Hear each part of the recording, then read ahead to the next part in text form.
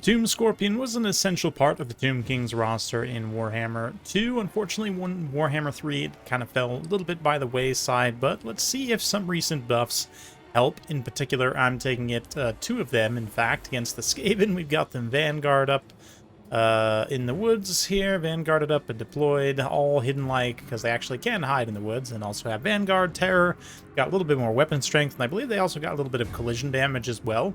So all those things generally help. They're pretty cheap, coming in at about 1,000 points. Not bad at all for some cheap terror that you can kind of spread around, especially mixed in with multiple Ushabti. So we've got 3 Ushabti, plus the 2 Tomb Scorpions. I've got a couple of Screaming Skull Catapults for the leadership damage, and for some more armor piercing.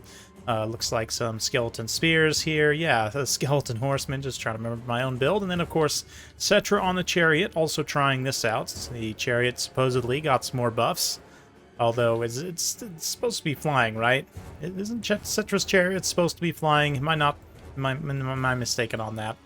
Or is that, am I thinking of Arcan's Chariot? Or both, perhaps. Anyway, yeah. As for Wicked's Skaven here, he's coming in hot with a double Mutant Rat Ogre. No, actually, Gorich. And then, yes, double Mutant Rat Ogre backed up by Warlock Master. Looking for not Flensing Ruin, which will be interesting. He's also got some Rat Ogres here, some Storm Vermin Halberds, which are a little bit scary for me. Got some Skaven Slave Slingers also that I can throw some Screaming Skulls at, but definitely going to keep the Screaming Skulls for now focused on the Storm Vermin. The Halberds definitely pretty scary right now, especially in a build like this where I've got a lot of large armored stuff that wants to fight in melee. But we're going to get the Screaming Skulls soaking a little bit initially, doing some nice damage here. Yeah, something came in and did some damage to the Skeleton Spears. That was probably the Scorch, right? From the Warlock Master. Relatively cheap option on his motorcycle, the Doom Flayer. But yeah, this Tomb Scorpion gets discovered. I have to kind of run it back towards my lines here. Swinging the Skeleton Horseman up and around to try and get a flanking attack on those Skaven Slave Slingers, but yeah, you can see a couple of Rat Ogres kind of piling up here on the Ushabti. With Spear support, I'm perfectly fine taking this engagement with the Ushabti, especially with Spear support. I'm going to outvalue significantly, but of course there's Storm Vermin support coming on the other side. Those Storm Vermin definitely pretty potent. But here, yeah, Cetra's going to charge into combat. Doesn't really do too much. In Game 2, he would actually do a decent amount charging into single entities, but this unit of Skeleton Spears takes a bunch of damage. And yeah, we see already, looks like Death Frenzy Overcast. Going to come in and buff up Gorich, Mutant Rat Ogre, and everything else. We see also the Brass Orb being used there.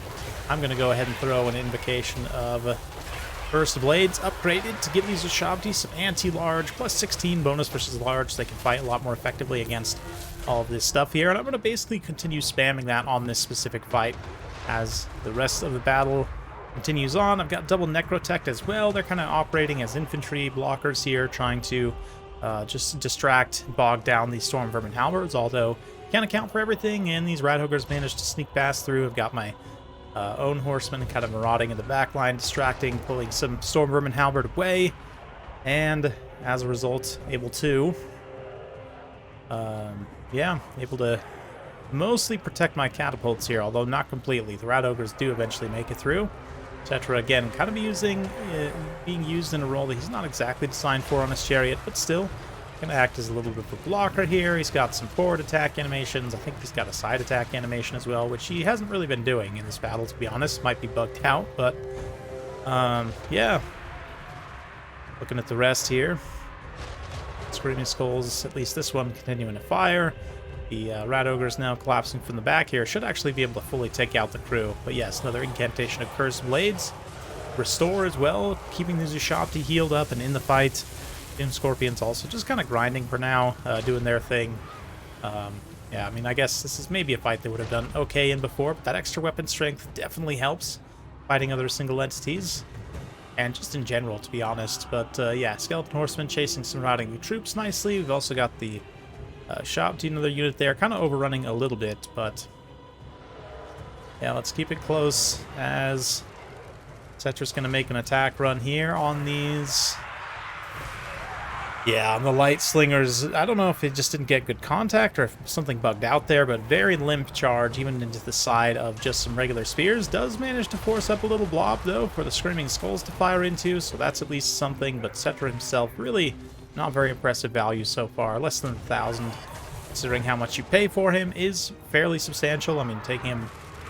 he does have some upside, right? Like quite a bit of HP, but honestly, just taking him on the War Sphinx, I think right now it's just straight up better, unfortunately. The Charity of the Gods not offering enough upside still. Of course, this is but one game. I have yet to use him in many other games besides this, but at least as a support lord, he's doing a great job keeping up that Incantation, Curse Blades, Overcast. This unit of Ushabti in particular has benefited greatly from that. They're pretty much paying for themselves, fighting exclusively large units. Terror also takes hold from the Scorpions on the Rat Ogres, and the Storm Vermin supporting there. They're going to want to route. Want to see another Death Frenzy. Does catch some of the unit psychology once these Rat Ogres come back from route. A little bit late there, but nonetheless, does give a melee attack, weapon strength buff. See the Skeleton Spears moving in for some combat here. But overall, looking pretty interesting, I have to say. And we're going to see some more Scorch from Wicked, trying to even things out. If you can't get some AoE damage in, it does pretty much get the snipe on Cetra. Scorch disengaging with some of the Rat Ogres. Able to corner Cetra here, and Cetra not going to be able to get away. I do wonder, even, yeah, if he had Flensing Ruin, obviously it would have gone quite differently. Casting it on that big blob of, you know, Tomb Scorpions and the Ushabti and everything else here, at least this battle, it might have been more even, or even Skaven could have won, perhaps.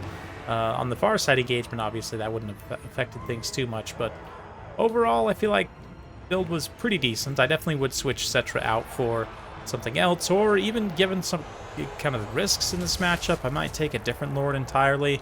Maybe even somebody like Kata who can kind of just run around and cackle and cast, try and prevent your opponent from using their abilities as much as possible, and just kind of stay out of harm's way, to be honest. But here... Cetra, again, getting caught.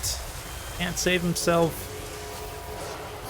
Gorich gonna deliver perhaps the killing blow. Nope. Almost looked like Ushabti did it there, but I think it was actually probably crumbling damage. Even with that, though, Gorich and the leadership squad here, single entities of the Skaven, not able to hold out. A little bit of Death Frenzy sound kind of proccing repeatedly there. That was interesting. And it'll be a victory for the Tomb Kings. Yeah, overall, one Scorpion did end up crumbling out at the end there, but didn't do too badly, honestly.